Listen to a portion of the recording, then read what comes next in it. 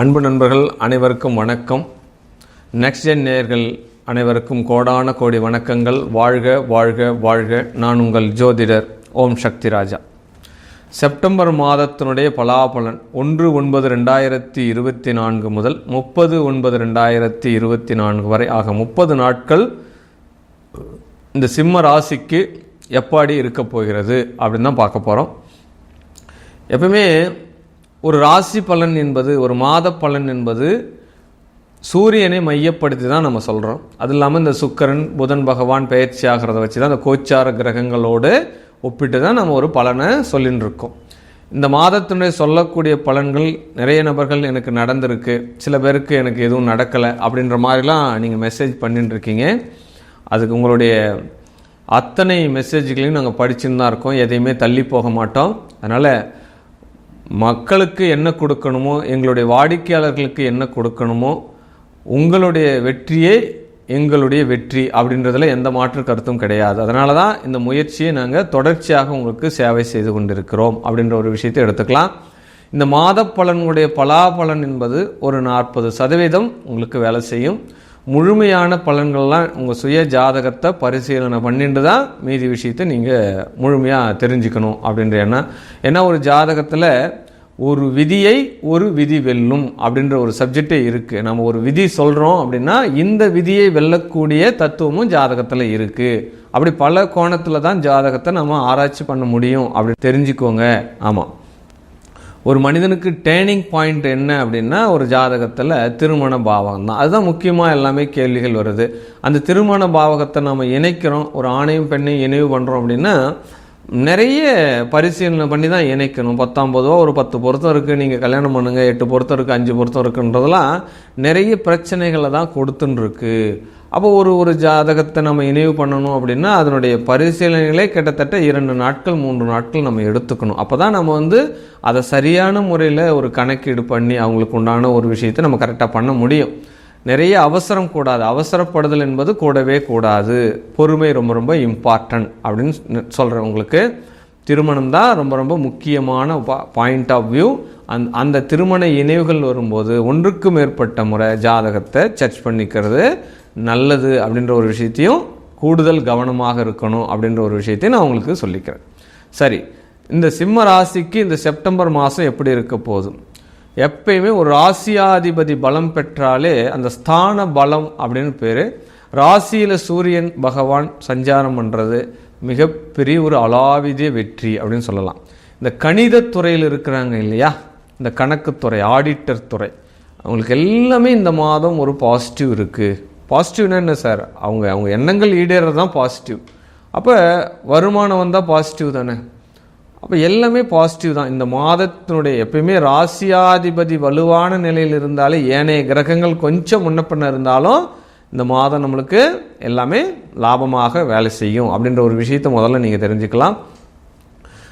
3ஆம் அதிபதி 2ஆம் இடத்தில் இருக்கிறதுனால, 10ஆம் அதிபதி 2ஆம் இடத்தில் இருக்கிறதுனால வீடும் தொழிலும் ஒன்றாக செய்கிறவர்கள் பெரிய பாசிட்டிவ் இருக்குது அப்படின்னு சொல்லலாம். ஆமாம், நான் வீட்டோடு சேர்ந்து சிறு குறு தொழில் வச்சுருக்கேன் சார், நான் ஒரு ஊறுகாய் பொட்டலம் போடுறேன், நான் வத்தல் வியாபாரம் பண்ணுறேன், நான் அப்பள வியாபாரம் பண்ணுறேன், இந்த மாதிரி சிறு தொழில்கள்லாம் இருக்குது இல்லையா, கைவினைகள் அப்படின்னு சொல்லுவாள், கைவினை தொழில்கள் அப்படின்னு சொல்லுவாள்.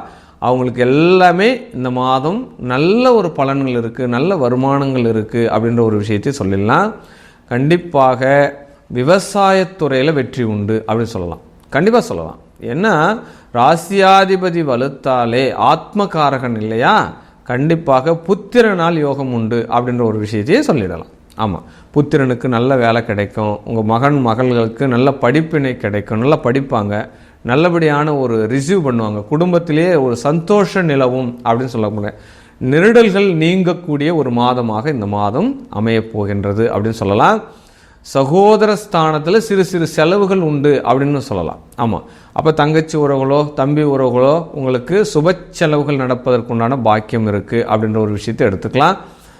எப்பயுமே வண்டி வாகன சேர்க்கை உண்டா அப்படின்ற கேள்வி கண்டிப்பாக உண்டு. ஏற்கனவே ஒரு வண்டி இருக்குது சார், நான் இன்னொன்று வண்டி வாங்கலாம் அப்படின்னு நினைக்கிறேன் அப்படின்னா கண்டிப்பாக இந்த மாதத்தில் நீங்கள் வாங்கி கொள்ளலாம். அதில் எந்த மாற்று கருத்தும் கிடையாது.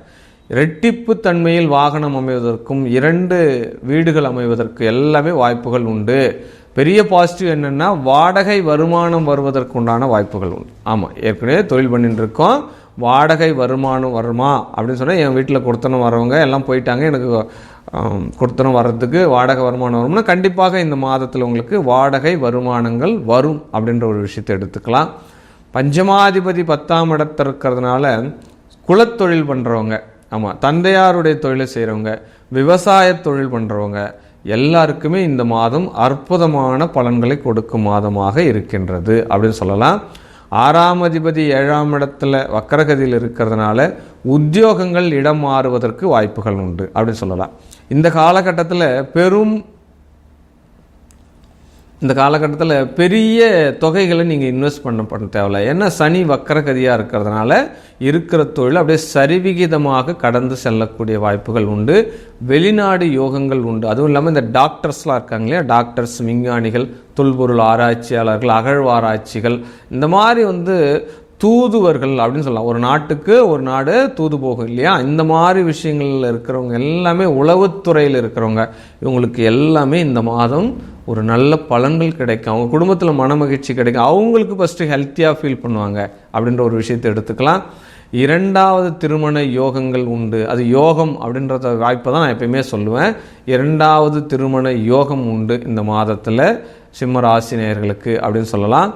8ஆம் இடத்துல ராகு இருக்கிற வரைக்குமே நீண்ட நாள் பிரச்சனை எல்லாமே உங்களுக்கு தீர்வு கிடைக்கக்கூடிய ஒரு மாதமாக இந்த மாதம் அமையப் போகின்றது அப்படின்னு சொல்லலாம். நிறைய நாள் நான் இன்னும் கேஸுக்கே செலவு பண்ணேன் சார், ஒரு சின்ன இட பிரச்சனை சார், இந்த ஒரு பிரச்சனையை தீர்க்கறதுக்கு நாங்கள் கோர்ட் வரைக்கும் போனோம், இன்னும் எங்களை இழுத்தண்டிகிட்டே இருக்காங்க அப்படின்னா இந்த ராகு பகவானுடைய இந்த கோச்சார ரீதியான பலன்கள் உங்களுக்கு இந்த பிரச்சனையை முடித்து வைப்பதற்குண்டான சாதகமாக சொல்லப்படுகிறது. நீங்கள் எந்த அளவுக்கு முயற்சிக்கிறீங்களோ இது எல்லாமே நடந்துரும் அப்படின்ற ஒரு விஷயத்தையும் நான் உங்களுக்கு கான்சன்ட்ரேஷன் கொடுக்குறேன். பாக்கியாதிபதியான செவ்வாய் பகவான் லாபஸ்தானத்தில் பயணம் பண்ணுறார் அப்படின்னு சொல்லலாம். ஏன்னா 9, 11 அதிபதிகள் இங்கே சேர்க்கை இருக்கிறது அப்படின்னு சொல்லலாம். தந்தையாருடைய சொத்துக்கள் யோகம் அப்படின்ற ஒரு விஷயத்தை எடுத்துக்கலாம். தந்தையாருடைய சொத்தை விற்றுட்டு புது சொத்து வாங்கலாமா? கண்டிப்பாக நீங்கள் செய்யலாம். அந்த சொத்து வாங்கினால் இப்போது பன்மடங்காக உயரும் அப்படின்னு சொல்லப்படுது. ஏதாவது பூர்வீக சொத்துல பிரச்சனைகள் இருக்குதுன்னா அதெல்லாம் இப்போ முடிஞ்சிடும் சார் அப்படின்னு சொல்லலாம். வாகன யோகம் உண்டு சிம்மராசிக்கு இந்த மாதத்தில் அப்படின்னு கண்டிப்பாக சொல்லலாம். பதவிகள் கிடைக்கும் அப்படின்ற ஒரு விஷயத்தையும் சொல்லலாம். பதவிகள் கிடைக்கும். அரசியல் சார்ந்த துறைகள் இருக்கிறவங்களுக்கு பதவிகள் உண்டு அப்படின்ற ஒரு விஷயத்தை, ஏன்னா ராசியாதிபதி வலுத்துட்டார் இல்லையா, குருவுக்கு கேந்திரத்தில் சூரியன் இருக்கிறார் இல்லையா, சூரியனுக்கு கேந்திரத்தில் குரு பகவான் இருக்கிறார். கண்டிப்பாக அரசியல் தாரல், அரசு உத்தியோகத்திற்கு முயற்சி செஞ்சிருக்கிறவங்க, அதுவும் பார்த்தீங்கன்னா இந்த அரசு துறையில் அதிகாரத்துறைக்காக முயற்சி செஞ்சிருக்கிற எல்லாமே இந்த மாதத்தினுடைய வெற்றியை நீங்கள் தேடிக்கொள்ளலாம் அப்படின்ற ஒரு விஷயத்தை சொல்லிடலாம். 12ஆம் இடத்துல அமர்ந்த புதன் பகவான் உங்கள் ராசியில் சஞ்சாரம் பண்ணுறதுனால நிபுணத்துவம் வேலை செய்யும், லாபங்கள் உங்களை தேடி வரும் அப்படின்னு சொல்லப்படும். தினம் தினம் ஒர்க் பண்ணுறாங்க இல்லையா கூலி தொழிலாளிகள், தினம் தினம் வருமானத்தை எதிர்பார்த்து கொண்டிருக்கக்கூடிய இந்த சிம்மராசினியர்களுக்கு எல்லாமே இந்த மாதம் கூடுதல் வருமானம் வருவதற்கு உண்டான வாய்ப்புகள் உண்டு அப்படின்ற ஒரு விஷயத்தை கண்டிப்பாக சொல்லிடலாம். கவனம் என்பது உங்களுடைய வீடுகளை மறுசீரமைப்பு பண்ணும்போது கவனம் வேண்டும் அப்படின்ற ஒரு விஷயத்தை தான் சொல்லலாம். வாகனங்களில் சிறு சிறு பழுது பார்க்க நேரிடக்கூடிய ஒரு வாய்ப்புகள் இந்த மாதத்தில் உங்களுக்கு இருக்குது அப்படின்ற ஒரு விஷயத்தையும் தெரிஞ்சுக்கலாம். இந்த மாதத்தில் வளர்பிறை முகூர்த்தங்கள் 5 தேதிகள் வருகிறது. 5, 6, 8, 15, 16 வளர்பிறை சுப முகூர்த்தம் இருக்குது. சிவராத்திரி வருது. இந்த சிவபெருமானுடைய ஆராத்திகள் செய்து உங்களுடைய பலாபலன் எடுத்துக்கலாம். விநாயகரனுடைய சதுர்த்தி வருது. விநாயகரனுடைய அவதார திருமேனி உங்கள் இல்லங்களில் வைத்து வெற்றி எடுத்துக்கலாம். ஓணம் பண்டிகை வருது. முஸ்லீம் பண்டிகையான மிலாடி நபி வருது. இதில் மதம் சார்ந்து நாம் எல்லா விசேஷத்தையும் பண்ணும்போது நமக்குள்ள ஒரு ஒற்றுமை நிலவுகிறது அப்படின்ற ஒரு விஷயத்தையும் எடுத்துக்கலாம். இந்த மாதத்தினுடைய சிம்ம ராசி பலன்கள் வெற்றி மேல் வெற்றி குவிக்கப் போகிறீர்கள். வாழ்க வாழ்க வாழ்க.